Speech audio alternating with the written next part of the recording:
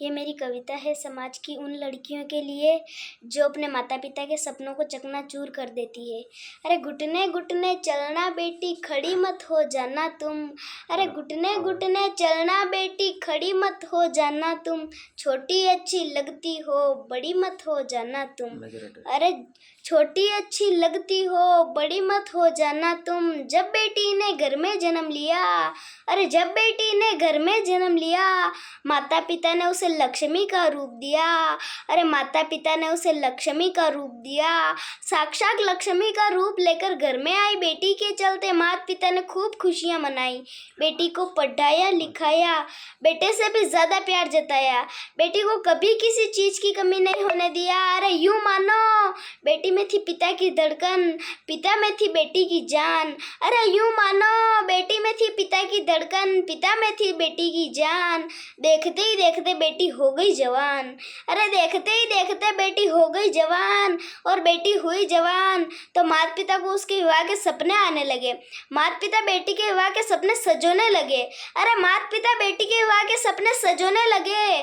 पिता सोच रहा था धूमधाम से विवाह रचाऊंगा, सारी जिंदगी की कमाई बेटी की शादी में लगाऊंगा, किसी भी चीज की कमी नहीं रहने दूंगा, सर से लगाकर पांव तक गहनों से सजाऊंगा। माँ सोच रही थी कि यह मंगल घड़ी आएगी, मैं भी सर पर मंगल कलश उठा कर ले जाऊंगी, खूब नाचूंगी गाऊंगी, हल्दी लगाऊंगी मेरी बेटी को, चांद सा सजाऊंगी, चांद सा सजाऊंगी। पिता सोच रहा था कि बारात आएगी मेरे द्वार। अरे पिता सोच रहा था कि बारात आएगी मेरे द्वार, मैं बारातियों का स्वागत करूंगा पहना कर हार। अरे मैं बारातियों का स्वागत करूंगा पहना कर हार। अरे माँ सोच रही थी कि यह मंगल घड़ी आएगी। अरे माँ सोच रही थी कि मैं भी दामाद जी को बधाने जाऊंगी, सर पर मंगल कलश उठा कर ले जाऊंगी। अरे माँ सोच रही थी कि यह मंगल घड़ी आएगी, मैं भी सर पर मंगल कलश उठा कर ले जाऊंगी, एक दो बार दामाद जी को छकाऊंगी, फिर आरती उतार घर में लाऊंगी। अरे फिर आरती उतार घर में लाऊंगी। अरे जैसे ही 7 फेरे लिए जाएंगे, अरे जैसे ही 7 फेरे लिए जाएंगे, कन्यादान कर सबसे बड़ा पुण्य कमाएंगे। अरे कन्यादान कर सबसे बड़ा पुण्य कमाएंगे। पर दुख तो इस बात का था, अरे दुख तो इस बात का था, इस कलेजे के टुकड़े को विदाई नहीं दे पाएंगे। अरे इस कलेजे के टुकड़े को विदाई नहीं दे पाएंगे।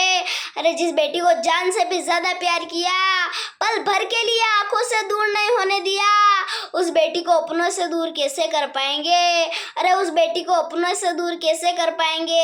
यही प्रश्न दोनों माता पिता के दिल में चल रहा था।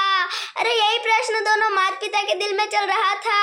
सपनों ही सपनों में यूं मानो बेटी के विदाई का दौर चल रहा था। अरे सपनों ही सपनों में यूं मानो बेटी के विदाई का दौर चल रहा था। माँ भी रो रही थी, पिता भी बेटी को बाहों में भरकर रो रहा था। अरे माँ भी रो रही थी, पिता भी बेटी को बाहों में भरकर रो रहा था। अरे जैसे ही बेटी चलकर गाड़ी में बैठने लगी, अरे जैसे ही बेटी चलकर गाड़ी में बैठने लगी, माँ चीखते ही सपनों की दुनिया से जाग गई। अरे माँ चीखते ही सपनों की दुनिया से जाग गई और माँ की आँख खुली तो माँ को पता चला कि जिस बेटी के लिए वह इतने बड़े बड़े सपने सजा रही थी, वह बेटी किसी आशिक लड़के के साथ भाग गई।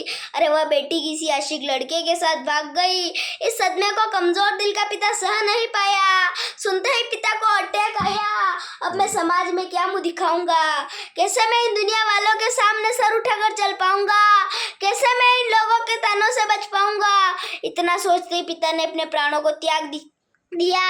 अरे इतना सोचते ही पिता ने अपने प्राणों को त्याग दिया। अरे जिस बेटी को जान से भी ज्यादा ही प्यार किया, उस बेटी की सिर्फ एक गलती ने अपने पिता को जीते जी मार दिया, अपने पिता को जीते जी मार दिया। अरे विधवा हो गई वो माँ, अरे विधवा हो गई वो माँ जो रातों रातों तक सो न पाई। खुशियाँ तो मानो माँ की माँ से कोसों दूर हो गई। अरे खुशियाँ तो मानो माँ की माँ से कोसों दूर हो गई। बेटी और पति के गम में माँ भी पागल हो गई। अरे बेटी और पति के गम में माँ भी पागल हो गई। अरे बचा था केवल छोटा भाई, अरे बचा था केवल छोटा भाई। भाई बोला वह बहन नहीं थी, वह तो थी एक कसाई जो खुशहाली से भरे परिवार में आग लगा गई।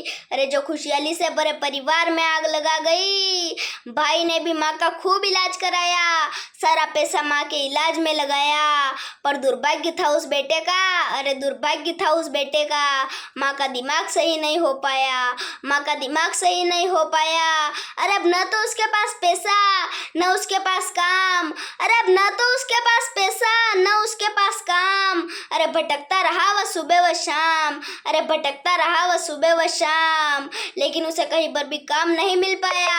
अरे लेकिन उसे कहीं पर भी काम नहीं मिल पाया। अरे बदनसीब था वो बेटा जो अपनी माँ के लिए सिर्फ 2 वक्त की रोटी का इंतज़ाम तक नहीं कर पाया, इंतज़ाम तक नहीं कर पाया।